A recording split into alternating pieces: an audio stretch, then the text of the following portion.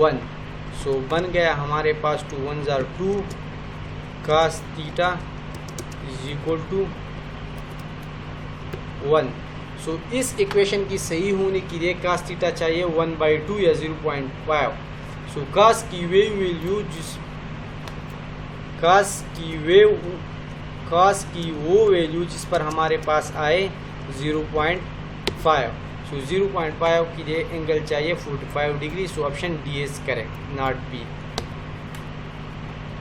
Next is second law of motion gives the definition of what? B, option B acceleration, force acceleration, body force and acceleration. So Newton की जो हमारे पास second law है जिसमें वो कहता है कि F is equal to M A. So जितना आप फोर्स अप्लाई करेंगे उतना एक्सीलरेशन ज़्यादा होगा, जितना फोर्स कम अप्लाई करेंगे उतना एक्सीलरेशन कम होगा। So second law of motion give definition of acceleration. ये जैसा स्टेटमेंट है वो ये याद कर लें। The next is when collision between the body is inelastic, then for a system momentum is conserved but kinetic energy is not, और जो भी हो। सो हमारे पास 2 टाइप्स की कोलिजन है। एक हमारे पास है इलास्टिक कोलिजन, एक हमारे पास है इनइलास्टिक कोलिजन। सो इलास्टिक याद रखें कि elastic is both. Elastic is both मतलब कि इलास्टिक में दोनों का आंसर मोमेंटम और काइनेटिक एनर्जी दोनों का आंसर होते हैं। जब इनइलास्टिक मतलब इलास्टिक हमारे पास नहीं है। सो इनइलास्टिक कोलिजन में हमारे पास मोमेंटम कंजर्व होती है but kinetic energy is not. So inelastic में काइनेटिक एनर्जी नहीं होती और मोमेंटम होती है। So momentum conserve but kinetic energy changes. So option B को अगर हम देखें तो इसमें मोमेंटम कंजर्व है और काइनेटिक एनर्जी चेंज है। So option B is correct.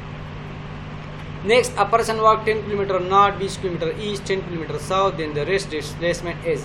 इसको मैं ड्रा करता हूँ न्यूज़ को। सो फिर यहाँ को मैं लेता हूँ स्टार्टिंग पॉइंट 10 किलोमीटर नॉर्थ पे गया है। So 10 kilometre north, 20 kilometre east, 10 kilometre south, 10 kilometre toward south. So from start to end point को हम डिस्प्लेसमेंट कहते हैं। सो अगर देखें तो ये वाला डिस्टेंस सेम है। So this is 12 kilometre towards what? Toward east is the और answer. So option C is the correct answer. Next is the acceleration in the rocket at any instant proportion to the n power of velocity at the expelled gas. What is the value of n must be? कि acceleration हमारे पास जो है वो proportional है n power of velocity. acceleration मतलब depend करती है वेलोसिटी पर आप एक्सपेल्ड गैसेज। सो आपको वेलोसिटी की पावर पॉइंट करनी है। So we know that acceleration a is equal to A भी कहाँ चला गया? So A is equal to V by T. A depend करती है वी पे और यहाँ पर हमारे पास इसका पावर 1 है। So option B is correct. Next, thrust on the rocket and the action of gravitational force of attraction is constant, not constant, constant if the rate of exit gas is constant for the short range of rocket.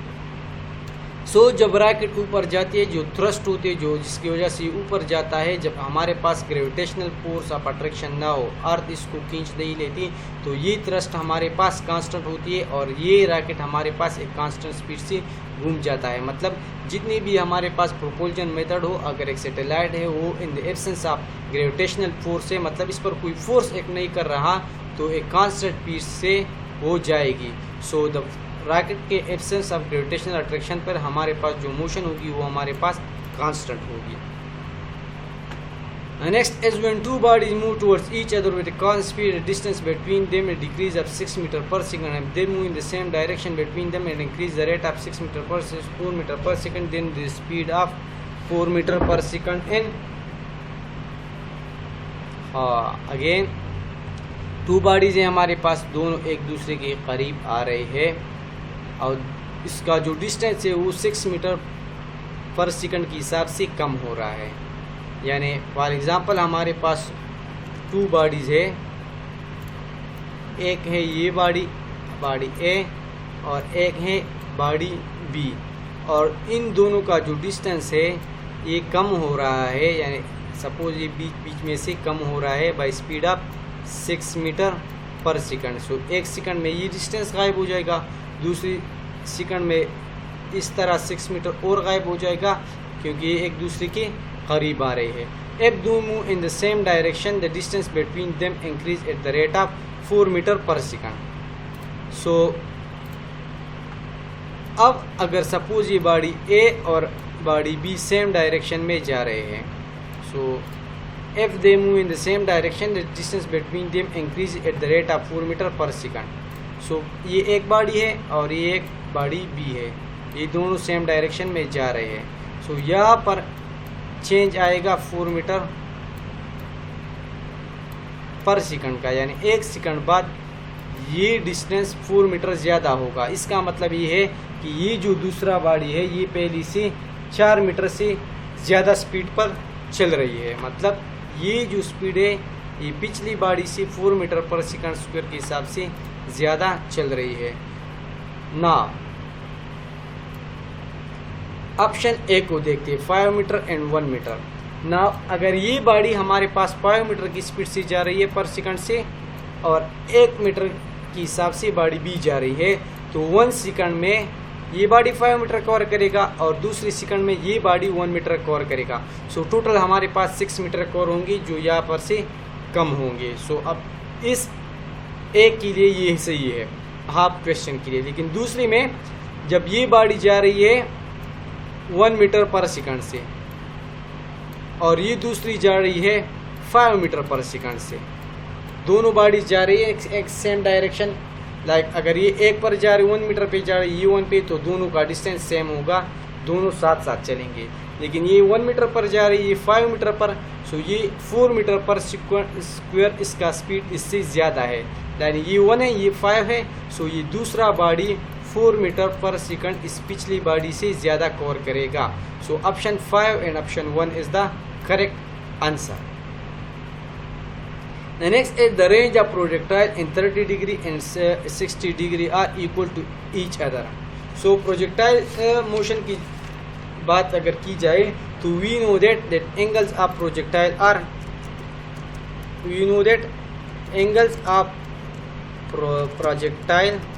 are complementary। मतलब range same होगा वो angle कीजिए जो हमारे पास complementary मतलब दोनों को अगर हम ऐड करेंगे तो 90 बनेगा। मतलब 90 और 60 हमारे पास 90 आता है, या सॉरी 30 + 60 = 90। सो 30 और 60 दोनों के लिए रेंज सेम होगा। लाइक फॉर एग्जांपल ये हमारे पास है अर्थ। अब मैं एक बॉडी को फेंक रहा हूँ at the angle of 30 degree. So अगर आप बॉडी को या सपोज एक बॉल है उसको फेंकेंगे या 30 डिग्री से, या हमारे पास इसको हम फेंकेंगे 60 डिग्री से, सो दोनों में रेंज हमारे पास बराबर होगा क्योंकि 30 + 60 = 90। या इसी तरह अगर बॉडी को आप फेंकेंगे 45 डिग्री से, या सॉरी 20 से फेंकेंगे, या इसको फेंकेंगे 20 + 70, या इसको 70। सो अगेन ये हमारे पास 20 डिग्री और 70 के लिए रेंज सेम होगा। सो रेंज कब सेम होगा? रेंज तब सेम होगा जब एक डिग्री और दूसरी डिग्री को आप ऐड करेंगे और इससे हमारे पास 90 आ जाए, यानी रेंज सेम होगा 10 + 80 के लिए, या 10 डिग्री और 80 के लिए, दोनों के लिए हमारे पास रेंज सेम होगा, या 20 और 70 के लिए, या 20 इसी तरह and so on. When ballistic missile fails in certain circumstances of precision due to their shape, due to their air resistance, due to angle of projection, all of these. So ballistic missile हमारे पास वो missile है जो gravity के साथ अमल करते हैं, जो basics होते हैं ग्रेविटी पर। कैसे? यानी for example this is the earth surface, और ये this is the earth surface, ये हमारा टारगेट है। सो इस मिसाइल को हम यहाँ से स्टार्ट करते हैं मोशन, इस मिसाइल को हम यहाँ से फेंकते हैं और ये मिसाइल आकर इस टारगेट को कवर करता है as a projectile motion. So suppose इस टारगेट के लिए चाहिए 30 एंगल। सो अगर इस मिसाइल को मैं फेंकता हूँ at the angle of 30 degree, so चाहिए तो ये कि ये इस टारगेट को हिट करे, लेकिन ये इस टारगेट को इन रियल लाइफ हिट नहीं करेगा। क्यों? क्योंकि जैसे ये इस रास्ते पर जा रहा है, यहाँ पर एयर फ्रिक्शन है, सो एयर फ्रिक्शन के अगेंस्ट ये मिसाइल चलता है तो एनर्जी कम हो जाती है। जब एनर्जी कम हो जाती है तो ये हमारे पास क्या होता है, आकर टारगेट के आगे टारगेट को मिस करके थोड़ा टारगेट से आगे जाता है, यानी सारी पीछे की तरफ आ जाता है।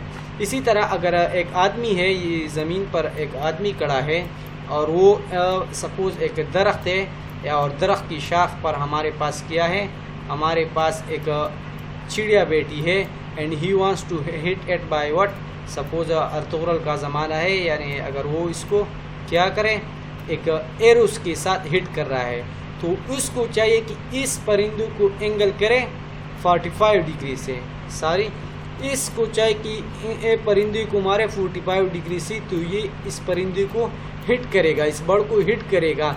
लेकिन असल में ये नहीं होता, ये इसको नहीं हिट करेगा अगर 45 से मारेगा। क्यों? क्योंकि अगर ये एरो यहाँ पर इस रास्ते से जाएगी तो ये यहाँ पर एयर फ्रिक्शन है, तो इसकी एनर्जी लॉस होगी और इस ये बर्ड को he will miss the shot. तो इसको चाहिए कि थोड़ा इशारा बर्ड के ऊपर बांधे। सो जब ये टारगेट यहाँ पर लेगा तो ये एरो यहाँ इस तरह आके इसको हिट करेगी। So whenever you want to hit a bird or something you must aim little above, little above. क्यों? क्योंकि यहाँ पर एयर फ्रिक्शन होती है। सो इसी तरह याद रखे, ये भी एक अलग सा इंस्टूजेटा के लिए है, और ये भी याद रखे कि बैलिस्टिक मिसाइल फेल्स होती है due to air resistance. Next, a body covering equal interval of time is called uniform velocity। ये तो बस डेफिनेशन है।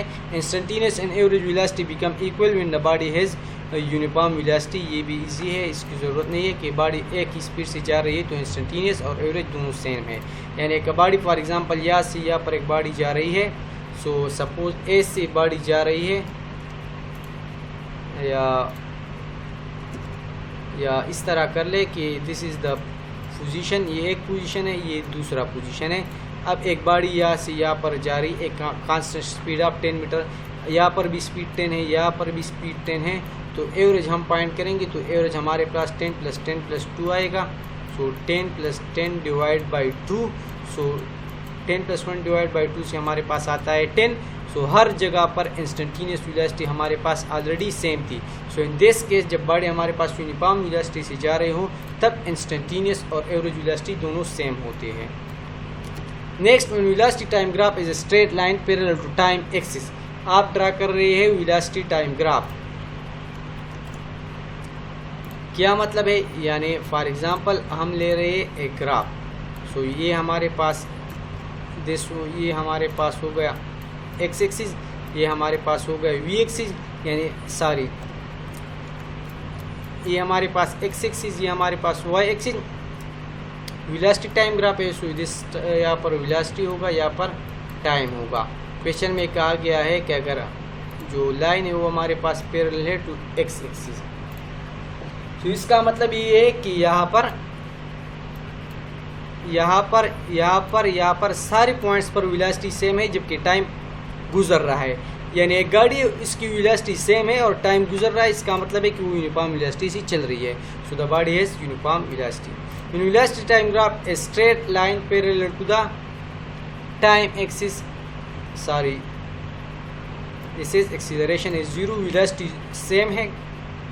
वेलोसिटी टाइम इस केस में जो हमने डिस्कस किया इसमें वेलोसिटी सेम है। जब वेलोसिटी सेम हो या कांस्टेंट हो तो मतलब एक्सीलरेशन हमारे पास क्या है, दिस इज 0, एक्सीलरेशन हमारे पास 0 because A directly depends on change in velocity. अब वेलोसिटी में चेंज नहीं आ रही है, so A is equal to delta V divide by T. So V हमारे पास 0 है तो एक्सीलरेशन 0 होगा। कैसे? अगर यहाँ पर देखें वी हमारे पास कांस्टेंट है, सो कांस्टेंट की बजाय मैं के लिखता हूँ, मतलब वी में हमारे पास चेंजेस नहीं आ रही। सो एक्सीलरेशन के मुताबिक हमें पता है कि ए एक्सीलरेशन बराबर है हमारे पास delta V divide by T. अब डेल्टा वी हमारे पास 0 है, सो 0 डिवाइड बाई जो भी वैल्यू हो हमारे पास आंसर आएगा 0।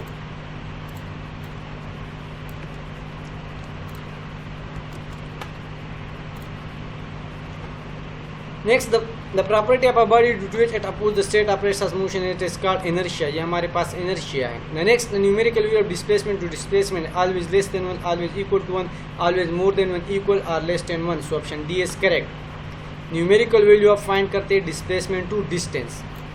सो यहाँ पर मैं 2 केसेस लूँगा डिस्प्लेसमेंट। याद रखें कि रेशो हमें फाइंड करनी है displacement to distance. So 2 cases हैं हमारे पास। एक है कि डिस्प्लेसमेंट हमारे पास और ये पॉइंट ए है और ये हमारे पास है पॉइंट बी। सो अगर बॉडी ए पॉइंट से बॉडी बी एक ऑब्जेक्ट ए पॉइंट से पॉइंट बी पर गया तो इन दिस केस डिस्प्लेसमेंट और डिस्टेंस हमारे पास सेम है। ये हमारे पास टोटल डिस्टेंस है और ये हमारे पास शॉर्टेस्ट डिस्टेंस भी है। सो इन दिस केस डिस्प्लेसमेंट और डिस्टेंस हमारे पास सेम है।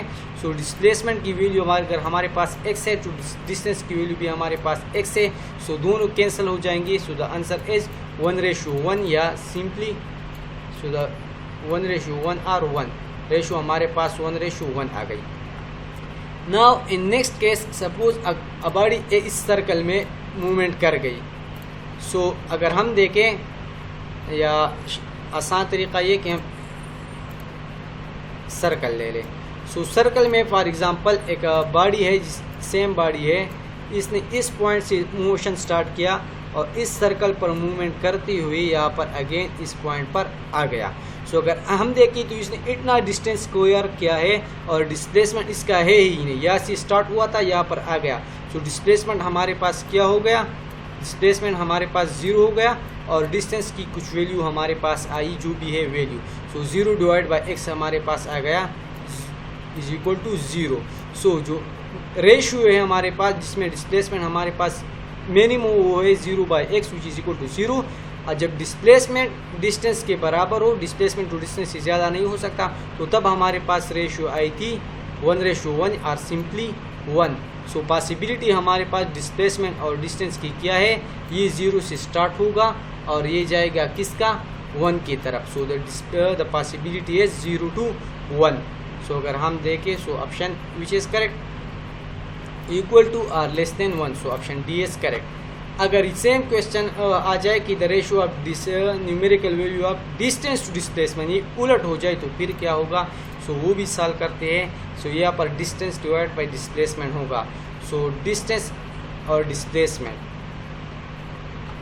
सो अगर हम देखें तो यहाँ पर बॉडी ने डिस्टेंस स्कोर की है और डिस्प्लेसमेंट नहीं है, तो अगेन यहाँ पर हमारे पास आएगी ratio of distance to displacement. So यहाँ पर हमारे पास डिस्टेंस की वैल्यू ज़्यादा है और डिस्प्लेसमेंट की वैल्यू हमारे पास कम है।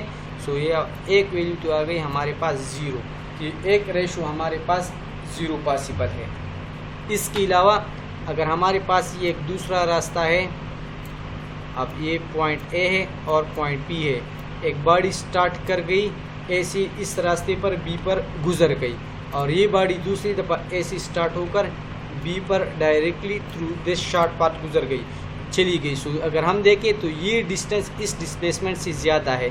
सो अगर डिस्प्लेसमेंट को हम डिस्टेंस से डिवाइड करेंगे यानी x डिस्प्लेसमेंट की वैल्यू x है और डिस्प्लेसमेंट की वैल्यू ज़्यादा है, कम है सॉरी, ये अगर x डिस्टेंस है और ये डिस्प्लेसमेंट y है, सो x डिवाइड बाई y से क्या आएगा। सो अगर हम देखें तो x y से ज़्यादा है। सपोज़ x हमारे पास 10 है तो y हमेशा 10 से कम होगा। सो सपोज़ अगर ये मैंने पुट किया 5, सो 5 को 10 से डिवाइड कर ले, ये आता है 2। सो ये वैल्यू हमेशा हमारे पास क्या होगा, 1 से बड़ा होगा। सो रेशो डिस्प्लेसमेंट और डिस्टेंस की क्या है, ये 0 भी पॉसिबल है और 0 से ज़्यादा भी। सो 1 और मोर देन 1, लेकिन वो अलग क्वेश्चन है, वो अगर आए तो याद रखें। The next is MCQs number 44. On a railway track, a driver fail applies a brake of a train at the yellow signal at a distance 1 km from the red signal where it stops. The maximum deceleration of the train is 0.2.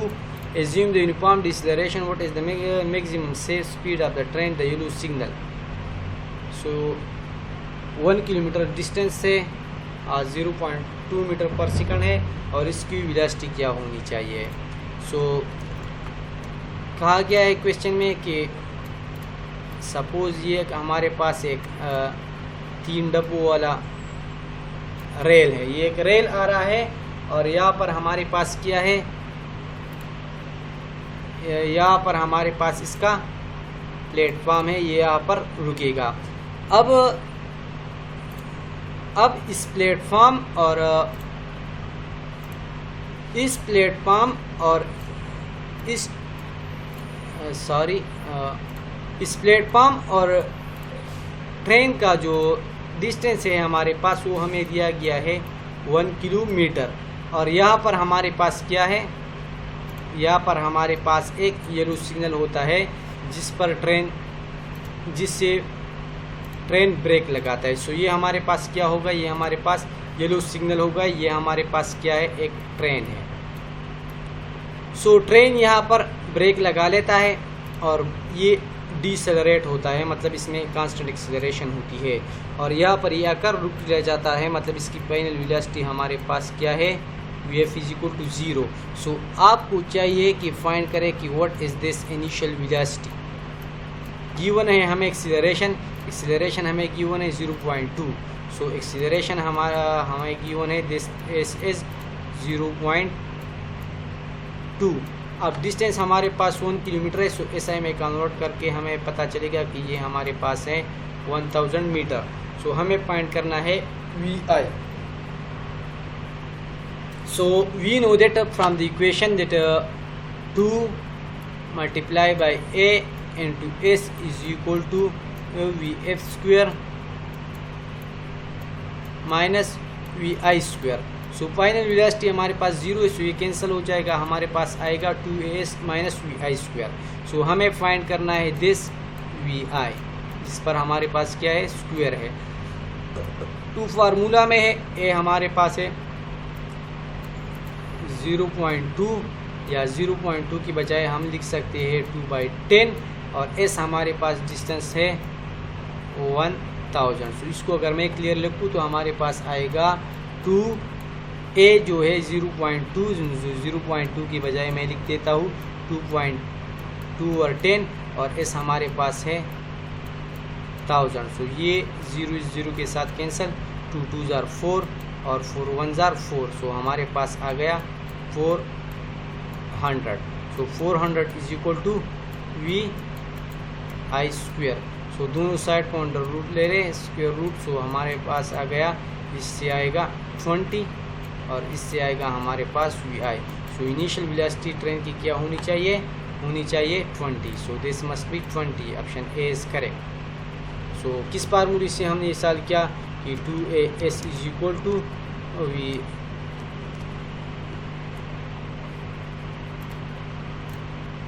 Vf square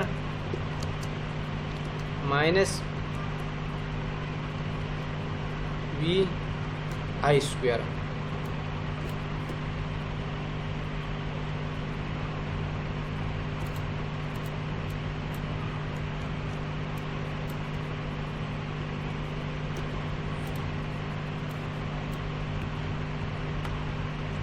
तो ये तो already हमने solve किया, लिखने की ज़रूरत नहीं है। या 2AS is equal to Vf square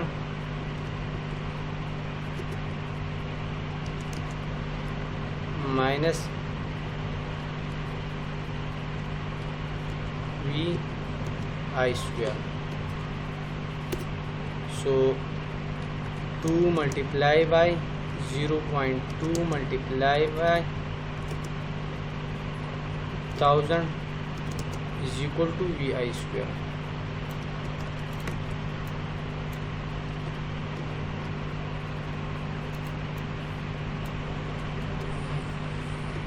So Vi is equal to 20। And next is a ball is thrown। So a ball is thrown vertically upward with velocity of 98 meter per second। It takes 10 seconds to reach the highest point। The acceleration of the ball is। So A हमारे पास depend करते हैं Vf minus Vi divided by T। So at high point velocity हमारे पास 0 होती है। सो 0 minus 9.8 divide by 10 is equal to minus 9.8। जब बड़ी ज़मीन की ऊपर से नीचे से ऊपर की तरफ जाती है तो एक्सेलरेशन की डायरेक्शन हमारे पास क्या होगी, माइनस होगी। Next, a ball of mass 500 kg is drop from height of 500 metre. The time taken to hit the ground is. Time given है, मास गिवन है, डिस्टेंस गिवन है और जी हमें गिवन है, टाइम आप फाइंड करेंगे। सो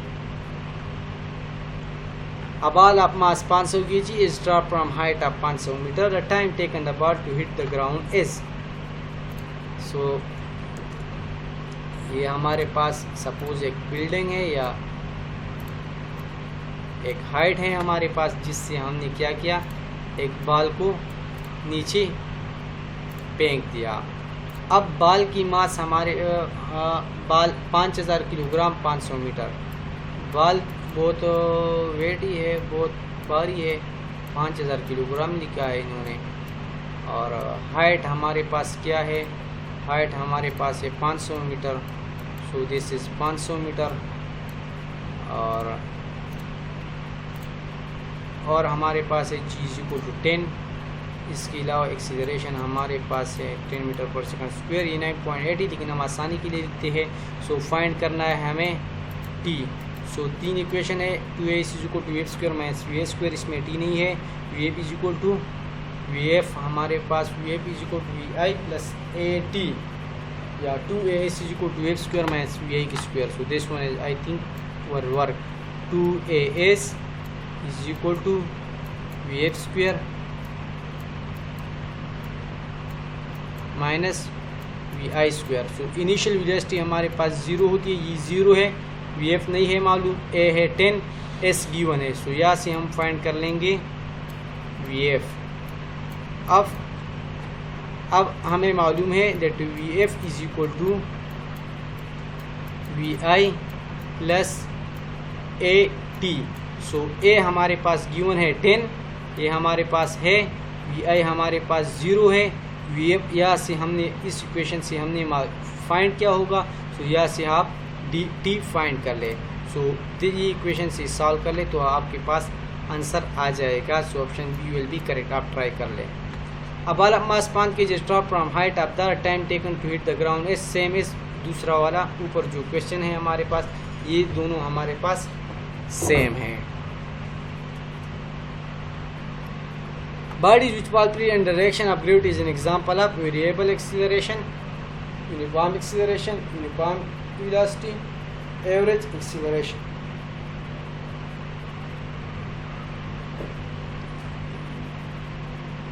सो एक बॉडी अगर है एक फ्री फॉर्म मोशन कर रही है तो इस पर बॉडी ऑफ ग्रेविटी एक्ट कर रही है और वो यूनिफॉर्म एक्सीलरेशन से विच इज़ 9.8 से उसके नीचे गिरता है। Next is Newton second law of motion establish the relation between force and acceleration, force and mass, mass and velocity and so on. So अगर हम देखें तो सेकंड लॉ, न्यूटन की जो सेकंड लॉ थी, इसकी मुताबिक acceleration produce varies with the applied force. मतलब ये एक्सेलरेशन जो प्रोड्यूस होती है इसकी डेटा गिवन थी आपा फोर्स की। सो जितनी फोर्स ज़्यादा होगी उतनी हमारे पास एक्सेलरेशन ज़्यादा होगी। सो न्यूटन सेकंड लॉ जो रिलेशन इस्टेब्लिश करती है वो this is the relation between force and the acceleration. अब जहाँ पर मास की बात है तो mass is equal to constant. The next is a particle of mass moving with velocity. A velocity makes head and elastic collision with another particle of mass same with that initially at rest. The velocity of first particle of the collision will be 0. मतलब दो bodies है हमारे पास, A है और B है। सो ये special case आप है कोलिजन का, जब बॉडी B हमारे पास रेस्ट पर हो और बॉडी A हमारे पास वेलोसिटी से जा रही हो तो दूसरी बॉडी A की वेलोसिटी हमारे पास 0 होगी। सो let me show you the proof कि जो प्रूफ है इसका। So where is the physics, ये थोड़ा लोड होगा। सो ये हमारे पास बुक में नहीं है, इसके लिए एक फार्मूला है जो हम यूज़ कर लेते हैं, आई थिंक पंजाब बुक में है। सो जो हमारे पास बराबर है v1 dash is equal to m1 minus m2 divide by m1 plus m2। लंबा फार्मूला है, मुश्किल नहीं है, इजी है, एक दफ़ा आप याद कर लें। सारे के सारे इलास्टिक कोलिजन के केसेस आप इससे फाइंड कर सकते हैं। This is the physics boom series book, ये आपको मार्केट में मिल जाएगा, ये सारे के सारे इसमें गिवन है। सो थर्ड चैप्टर है हमारे पास कोलिजन का, ये वाला case. Thus, case number 2, when two bodies mass m1 is initially at rest and m1 is equal to m2। जब m1 और m2 दोनों मासों और ये v1 से आए और इस बॉडी को हिट करे तो क्या होगा, ये वाला बल m1 बल रुकेगा और m2 इसी वेलोसिटी से जाएगा, और ये इसका प्रूफ है। सो let me put this proof. इसका अगर आप स्क्रीनशॉट निकाल सकते हैं या जो भी कर लें। सो दिस इज और या इसको रिमूव कर लें। ये हमारे पास दो फार्मूला से, इसमें हमने क्या किया है, इसमें हमने सिर्फ ये किया है कि m1 और m2 की बजाय हमने m लिखा है। सो m माइनस m 0 होगा, यहाँ पर 0 आएगा। इस तरह m2 है, इसको m1 और m2 दोनों मास सेम, सो हर इस फार्मूला में m1 और m2 की बजाय m लिखो। सो अगर यहाँ पर आप m1 माइनस m2 लिखेंगे तो ये हमारे पास 0 आएगा। So this term will be 0। इसी तरह इनिशियल वेलोसिटी हमारे पास थी वो 0 थी, ये भी 0 से मल्टीप्लाई होगा। सो इस will be 0। The next is Newton second is the unit of. अब न्यूटन सेकंड हमारे पास किस चीज़ का यूनिट है। सो मोमेंटम ऑप्शन सही है, क्यों, क्योंकि F is equal to momentum. हमारे पास मोमेंटम इज द तरीका तो ये है कि आप वर्क एंगुलर मोमेंटम और पावर और लीनियर मोमेंटम सब चीज़ों का 1 बाय 1 आप क्या करें, 1 बाय 1 आप फाइंड कर ले। सो मोमेंटम हमें गिवन है कि momentum is equal to product of mass and velocity. अब यहाँ पर गिवन है न्यूटन सेकंड। न्यूटन सेकंड अगर आप इसको हम क्वांटिटीज़ में लिखें तो मतलब न्यूटन यूनिट है फोर्स का और सेकंड है टी का, यानी एफ और टी है। So F T is equal to M A और टाइम का हमारे पास है सेकंड। इसी तरह acceleration into second. So V is equal to acceleration into second. So अगर हम देखें तो we know that A is equal to V divide by T. इसी तरह भी हम लिख सकते हैं कि acceleration multiply velocity is equal to acceleration multiply by time, या जो यहाँ पर हमारे पास है ये सेकंड, ये है time. So mass acceleration time. So A और टी के बजाय हम लिख सकते हैं V. So M V. So force जो न्यूटन और सेकंड दियोन था जिसको हमने फाइंड किया एफ और टी। सो इससे आ गया एम वी, और एम वी हमारे पास बराबर होता है पी का। So Newton second is the unit of linear momentum. A man throws a bar upward vertically in a compartment of accelerated train. The ball will fall in front of him, in his hand, behind him, inside him. So ये हमारे पास MCQ से बहुत ही important है, लेकिन इसकी हमारे पास क्या है, 3 केसेस हैं। कौन सी 3 केसेस है? Suppose this is a train, ये एक ट्रेन है, इसमें सपोज आप चल रहे हैं। सो अगर 3 केसेस है, आपके हाथ में एक बॉल है और जैसे ये ट्रेन चल रहा है आगे की तरफ, इस तरह आप भी और आपके हाथ में ये बॉल भी इसी वेलोसिटी से चल रहा है। सो अगर आप इस बॉल को ऊपर फेंकेंगे तो ये बॉल इस तरह जा रहा है ट्रेन में आपके साथ। अगर आप इसको ऊपर फेंकेंगे तो ये ऊपर नहीं जाएगा बल्कि इस तरह जाएगा, क्योंकि इसकी लीनियर वेलोसिटी भी है। सो आफ्टर सम टाइम जिस स्पीड से ट्रेन जा रहे है उस स्पीड से आप जा रहे हैं, उस स्पीड से बॉल जा रहा है। तो आफ्टर फिक्स टाइम ये ट्रेन भी यहाँ पर पहुँच जाएगा, आप भी यहाँ पर पहुँच जाएंगे, और लीनियर वेलोसिटी से ये बॉल भी यहाँ से यहाँ पर आएगा। लेकिन बॉल को आपने ऊपर फेंका है, सो ये हर पॉइंट पर ऊपर जाने की कोशिश करेगा और फिर नीचे आएगा और ये आपके हाथ में लगेगा। लेकिन ये तब पॉसिबल होगा जब ट्रेन कांस्टेंट स्पीड से, कांस्टेंट वेलोसिटी से जा रहा हो, या इसमें एक्सीलरेशन नहीं हो, या इसमें कांस्टेंट एक्सीलरेशन नहीं हो, या कांस्टेंट स्पीड से जा रहा हो। सो अगर ट्रेन सही स्पीड से जा रहा है तो ये बॉल आपके हाथ में गिरेगा। अब जैसा क्वेश्चन में कहा है कि it means moving with accelerated train, मतलब ट्रेन की स्पीड बढ़ रही है। सो जब ट्रेन की स्पीड बढ़ रही है तो इस पॉइंट पर बॉल तो यहाँ पर आएगा, लेकिन स्पीड ट्रेन की बढ़ रही है। सो आफ्टर सम टाइम ये ट्रेन ज़्यादा डिस्टेंस कवर कर लेगा और आप इस ट्रेन के साथ आगे आएंगे, जबकि बाल आपकी पीछे रह जाएगा। सो जब बात आती है एक्सेलरेटेड ट्रेन की तो बाल आपकी पीछे लगेगा। So you will miss it. अब जब थर्ड केस है, जब ट्रेन जा रही है लेकिन डिसेलरेटेड है, मतलब स्लो हो रही है, सो बाल यहाँ पर आएगा। अब ट्रेन स्लो हो रही है, जो आफ्टर सम टाइम ट्रेन यहाँ पर आएगा, आप यहाँ पर आएंगे, सो बाल अब से आगे जाएगा। सो 3 केसेस हैं हमारे पास। जब कांस्टेंट स्पीड हो तो क्या होगा, बाल आपके इन हैंड, बाल आपके हाथ में लगेगा। जब एक्सीलरेटेड हो मतलब ट्रेन ज़्यादा जाएगा आगे और बाल तो उसी वेलोसिटी से पीछे आएगा, तो ट्रेन ज़्यादा डिस्टेंस कवर कर लेगा तो बाल पीछे रह जाएगा, तो बिहाइंड हैंड या behind boy.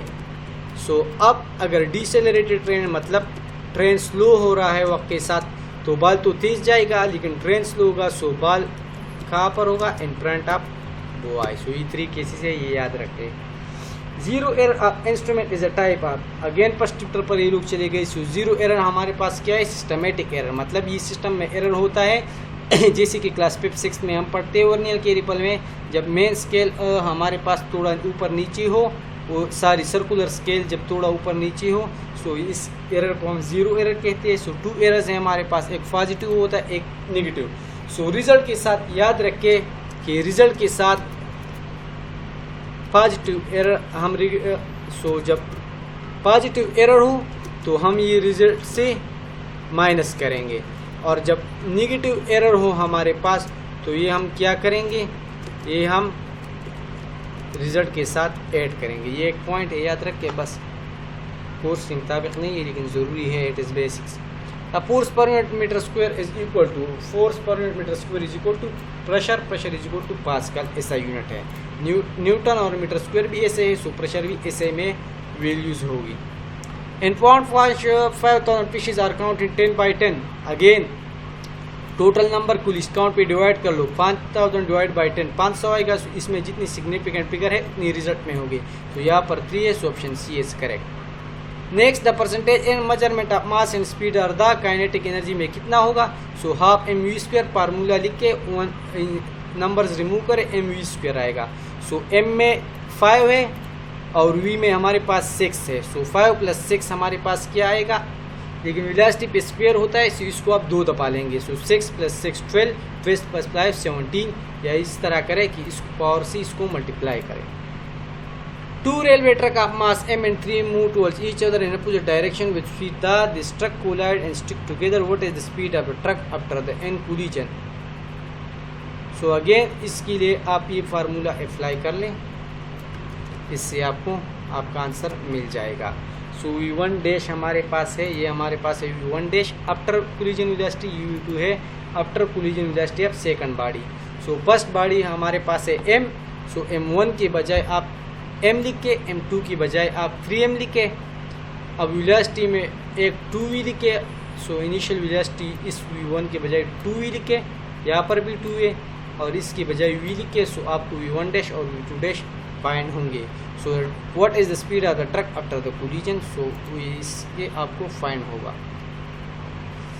The 2 objectives of different masses falling freely for the same height above the Earth's surface will experience the same change in momentum per unit time, change in velocity per unit time. So body जो भी हो, जितनी भी हो, जैसी भी हो, जब नीचे आ रही तो इस पर बॉडी की जो अर्थ की एक्सीलरेशन टू ग्रेविटी है वो डेट इज सेम होती है, ये 9.8 मीटर पर सेकंड स्क्वायर। सो अगर आप छत से ट्रक फेंकते हैं या बाल फेंकते हैं या गिलास फेंकते हैं, सब पर एक ही एक्सीलरेशन एक्ट करती है। The symbol G represent the acceleration of free fall. Which one of the following statement is correct? G is gravity, G is ratio of weight to mass, G is the weight of the object, D is reduced by air resistance. So G हमारे पास gravity नहीं है, G हमारे पास है gravitational force. सो अगर दूसरी चीज़ equation को हम देखें, that is ratio of weight to mass. So weight to mass is equal to, weight हमारे पास बराबर है mg divide by m is equal to g। सो ये हमारे पास ये जो g है ये हमारे पास है acceleration of free fall. Zero error of instrument is a type of systematic error. Again systematic error है हमारे पास, ये ऑलरेडी डिस्कस किया। सो दिस वाज और सोल्यूशन। आप काइंडली इस तरह करें कि जो 4th, 5th, 6th चैप्टर है यानी वर्क एंड एनर्जी चैप्टर, इसी तरह सर्कुलेशन चैप्टर, और इसके साथ साथ जो हमारे पास है fluid dynamics chapter first year की, ये आप स्टडी कर लें।